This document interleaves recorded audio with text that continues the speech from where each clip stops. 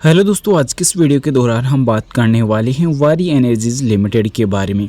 So guys, फिलहाल इस company के लिए अगर बात की जाए तो वारी एनर्जीज में फिर एक अच्छी रिकवरी देखने को मिली है। ज़्यादा रिकवरी भी यहाँ पे अच्छी भी ज़्यादा कह नहीं सकते, क्योंकि नॉर्मल एवरेज क्लोजिंग देखने को मिली है। क्योंकि इंट्राडे में तो अगर देखा जाए तो यहाँ पे 3229.40 काफ़ी अच्छा जंप देखने को मिला, जबकि उतार चढ़ाव काफ़ी ज़्यादा नजर आए।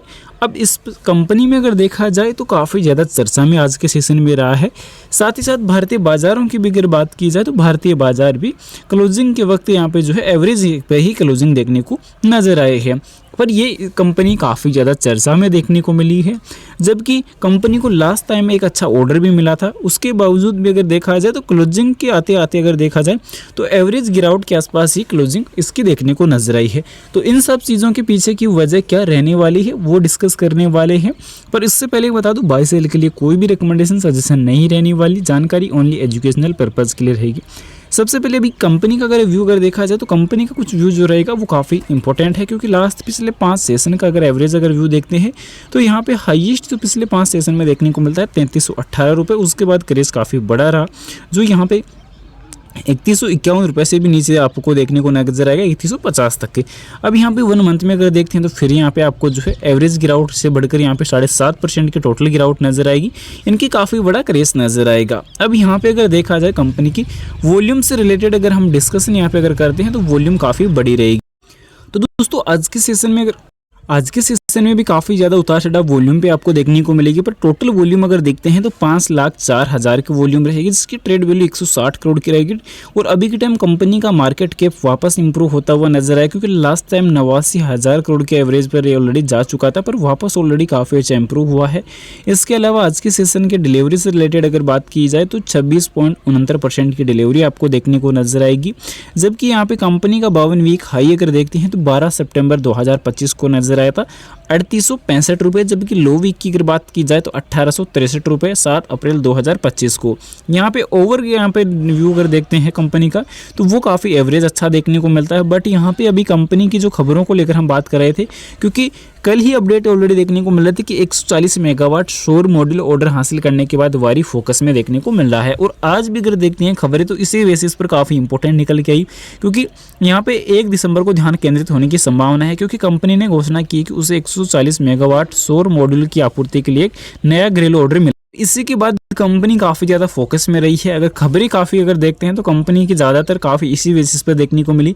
अब यहाँ पे वारी एनर्जीज के पास 24 गीगावाट या कह सकते हैं कि 47,000 करोड़ की जो ऑर्डर बुक है वो 140 मेगावाट के टोटल ऑर्डर के साथ ऑलरेडी आ चुकी है। ये ऑर्डर बुक भारत यानी कि 40% और अंतर्राष्ट्रीय बाजारों में 60% के बीच की विविध करते यहाँ पे रहने वाली है। यानी कि काफ़ी बड़ा ऑर्डर बुक कंपनी के पास है, क्योंकि कंपनी को जो ऑर्डर वैल्यू ऑलरेडी कंपनी की है वो काफ़ी मजबूत है। क्योंकि कंपनी में सबसे इंपॉर्टेंट क्या देखने को मिला है कि अभी के टाइम कंपनी के ऊपर काफ़ी ज़्यादा चीज़ों से गुजरना पड़ा है कंपनी को, क्योंकि एक तरीके से अगर देखा जाए तो कंपनी को एक अच्छा ऑर्डर मिला 140 मेगावाट का। दूसरी तरफ अगर देखते हैं तो आयकर विभाग द्वारा आयकर अधिनियम 1961 के तहत कंपनी के कार्यालय और सुविधा जांच के बाद ये शेयर हाल ही में चर्चा में था, और ये कार्रवाई पिछले सप्ताह पूरी हुई थी।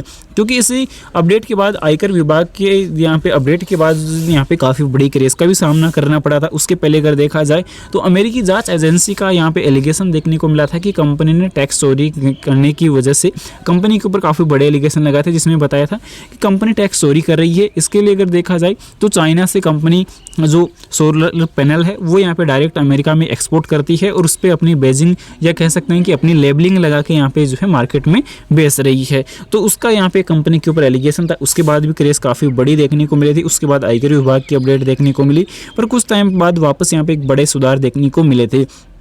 और हाल ही में अगर देखा जाए तो यहाँ पे कंपनी के ऊपर जो यहाँ पे नुवामा का जो खुलासा है वो काफ़ी बड़ा है, क्योंकि यहाँ पे देख सकते हैं कि शेष से यहाँ पे बड़े संस्थागत ग्राहकों के कारण नुवामा ने हाल ही में कहा कि तीसरी तिमाही का जो भौगोलिक राजस्व मिश्रण जो है वो काफ़ी इंपॉर्टेंट रह सकता है, दूसरी तिमाही के रहने की समान ही रहने की संभावना है, क्योंकि खुदरा क्षेत्र में विस्तार के कारण घरेलू राजस्व में थोड़ा अधिक वृद्धि हो सकती है।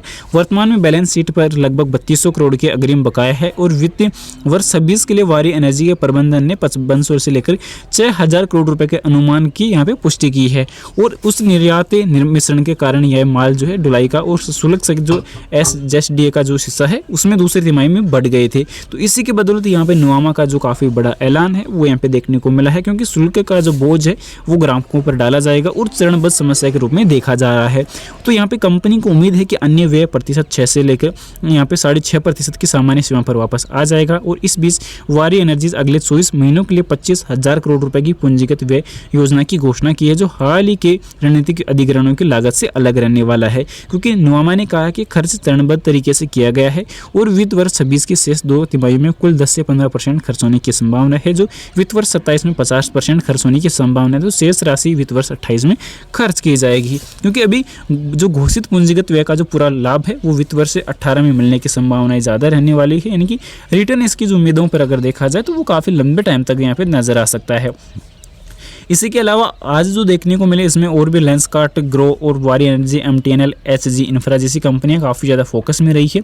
इसके अलावा यहाँ पे कंपनी का टेक्निकली का डेटा अगर देखा जाए तो कंपनी का टेक्निकली डेटा अभी के टाइम काफ़ी एवरेज है, क्योंकि अभी के टाइम कंपनी का सबसे इंपॉर्टेंट क्या है कि RSI इंडिकेटर अभी के टाइम 39 अंकों पर कारोबार कर रहा है, जो एक लंबे टाइम से ओवरसोल्ड जोन के एवरेज से रिकवर धीरे धीरे होता हुआ नजर आया, क्योंकि पिछले टाइम ओवरसोल्ड जोन के नज़दीक ये काफ़ी पहुँच चुका था और उस टाइम पीरियड से रिकवर हुआ है। तो ये इंपॉर्टेंस रहने वाली है।